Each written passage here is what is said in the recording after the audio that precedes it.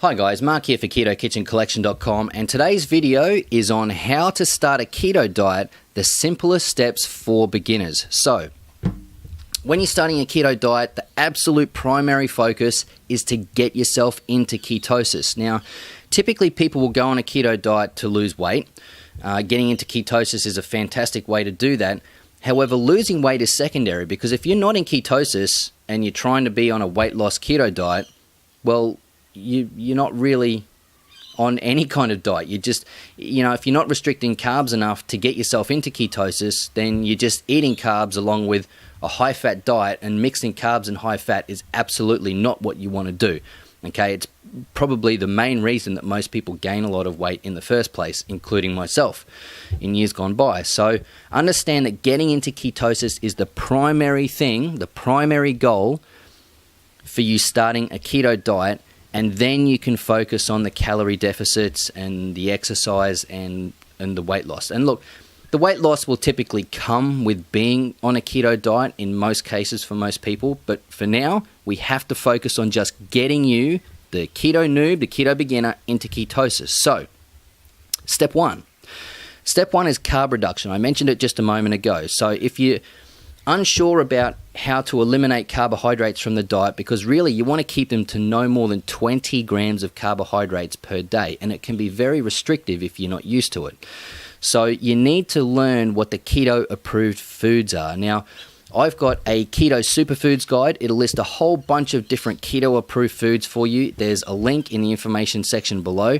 Now, you don't have to use that guide. I don't care if you use my information. I'm just trying to make it as easy as possible for you guys. You can do a Google search or a YouTube search for keto approved foods or keto foods for the keto diet, anything like that, and find yourself a list of food that is keto approved so that you know what you can eat on a keto diet that's not full of carbohydrates, and also what you can't eat, like carbohydrate filled foods, bread, pasta, rice, potatoes, starchy, dense vegetables, all that sort of thing. Sugar, of course.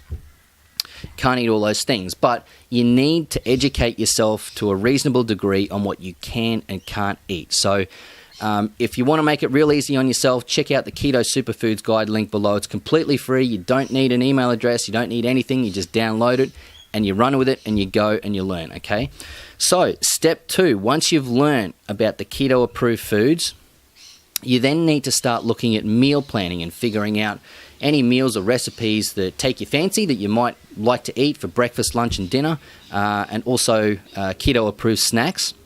So again, you can search for keto-approved meals, keto-approved recipes on YouTube or on Google. That's no problem, and I do recommend that you do that. You'll get a lot of variety of different options for things that are actually quite delicious to eat. It's surprising how enjoyable keto food can be. You would think that taking all the carbohydrates out of it might just pull a lot of the flavor out, but it doesn't have to necessarily be the case. The only thing I would suggest is to be careful. There's some unscrupulous people out there who will try and sell your meal plans and sell you different recipes and things like that, and they're not actually properly keto foods or keto recipes and keto ingredients, and they will have carbohydrates in them. Sometimes they'll just lie about the amount of carbohydrates that's in them.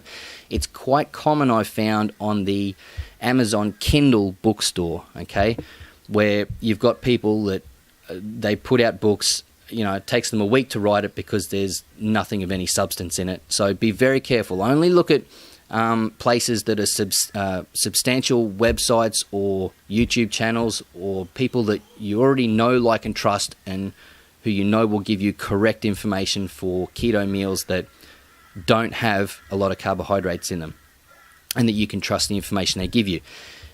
Again, I don't mind if you use my stuff. I don't mind if you use someone else's stuff. I do have a dynamic keto meal plan, which is available for free. It's a free membership. The link is below in the information section. All you need is your email address and pick a username to log in. And it's just been launched. It's very new, very fresh. It's getting padded out with a lot of different recipes at the moment that are in the works. So you can definitely check that out as a springboard to learning more. I encourage you to do so. I'd love for you to do so.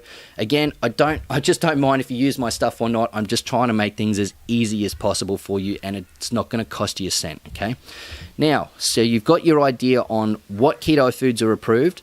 you've gone out and you've figured out keto approved meals and recipes, and you've got a plan of what you're going to have for the next few days or weeks of breakfast, lunch, dinner, keto snacks, go out and buy those foods, okay? Get your shopping list ready, go out and buy them, have them prepared, pre-prepare as many meals as you can. That always makes things a lot easier.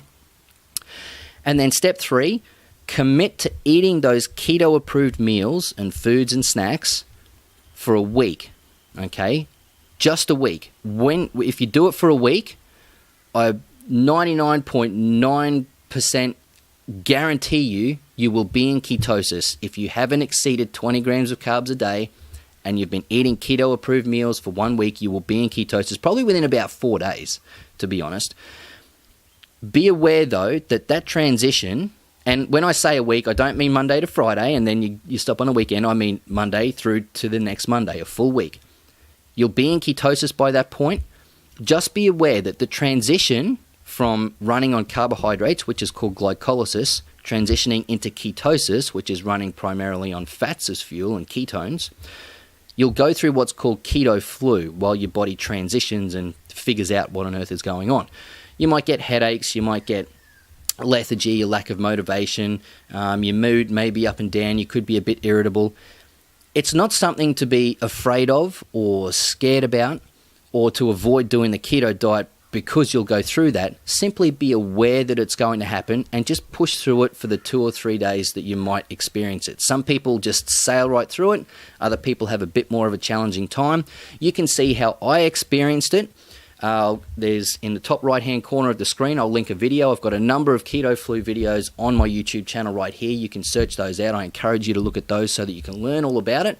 It's nothing to be afraid of. Just be aware that you're going to go through it, and once you get to the other side and you're in ketosis, I guarantee you will feel 1,000% better, okay? And you'll probably be starting to lose weight by that point as well.